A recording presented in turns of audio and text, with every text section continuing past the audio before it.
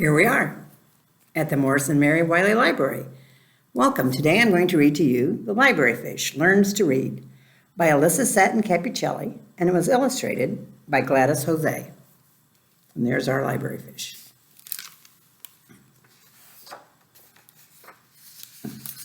The Library Fish Learns to Read. The library fish loved her home on the desk of Mr. Hughes, the librarian. It was the perfect place to welcome every visitor to the library. From where she sat, library fish could check each book that was borrowed and returned. Library fish loved watching everyone wind through the bookshelves searching for just the right book. She loved the quiet hum of the room as each person settled into a comfortable spot to read and read and read and read. Everybody's got their spot.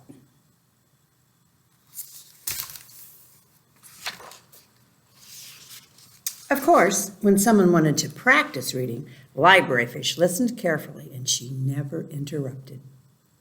Still, story time was always her favorite part of the day. Mr. Hughes read stories that made library fish quiver with excitement. Sometimes he read stories that made her laugh out loud. There she is. There's Mr. Hughes. Today, Mr. Hughes held a book that the library fish had never seen before. He read the title, the name of the author, and the illustrator, and library fish was all ears. Once there was a dog, Mr. Hughes began, who loved stories. Library fish nodded. I love stories too, she thought. She inched closer so she could hear Mr. Hughes continue. Whether he was listening to a story or looking through wonderful illustrations, each and every book took the dog on a new adventure, read Mr. Hughes. Library fish giggled. Me too, she thought. Stories had taken her on amazing adventures. What happened next, she wondered. One day, the dog decided he would learn to read. Learn to read, whispered library fish. Go on, go on. It took a lot of time and patience and practice, but after some time, the dog began to read, all by himself. Mr. Hughes had not even turned the last page when library fish wanted to clap.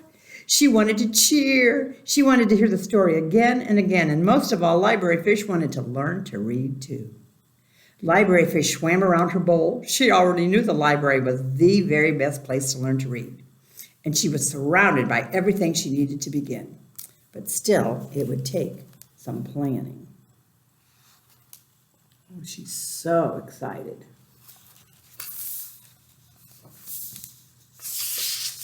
Library fish waited until Mr. Hughes called, Good night, library fish. Keep an eye on the library. So there he goes.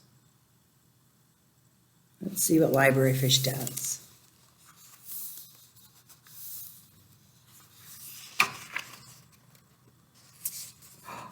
Then she sprang into action.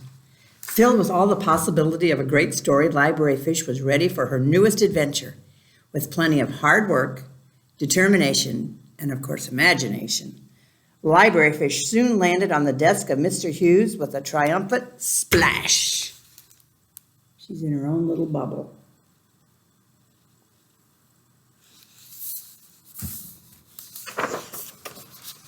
First stop the alphabet, said library fish. Library fish had listened to Mr. Hughes teach readers about the alphabet any number of times. The alphabet is made of letters, Mr. Hughes had said, and letters make sounds. And when we string out and weave and blend those sounds together, we get words, and words make stories. You know this, A, B, C, D, E, F, G, H, I, J, K, L, M, N, O, P, Q, R, S, T, U, V, W, X, Y, Z. One by one, library fish studied the letters carefully. Hour after hour, night after night, she made sure she knew every letter and each sound it made.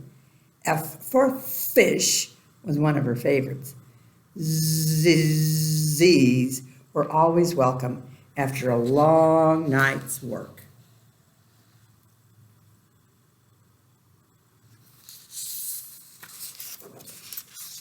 In the morning, Library Fish was right there to open the library with a wiggle of her tail, even if she was a bit sleepy.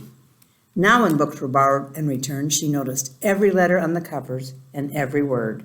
And when the library closed for the night, Library Fish practiced and practiced some more.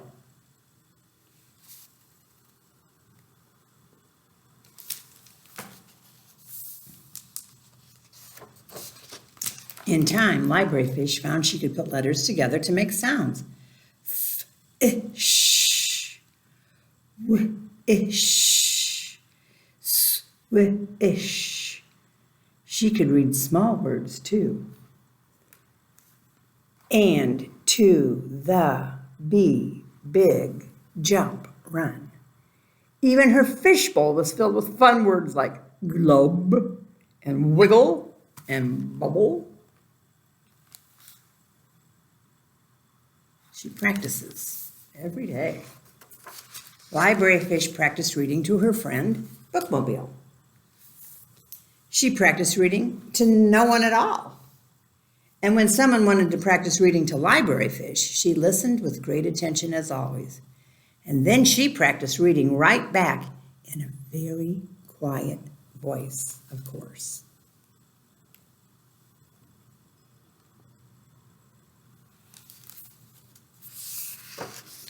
Library Fish pored over page after page and book after book. When she couldn't quite figure out a word, the illustrations were there to help her.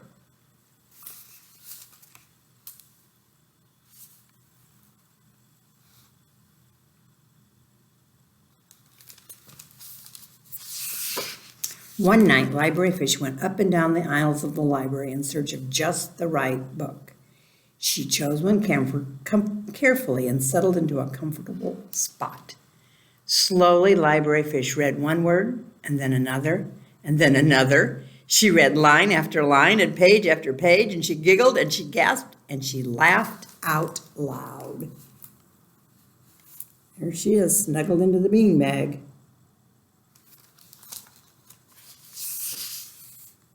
When she came to the last page, Library Fish read aloud in her proudest voice. The end. It was only when the sun began to peek into the sky that Library Fish tucked herself into her bowl. She drifted off to sleep, murmuring, I am a reader. I am a reader.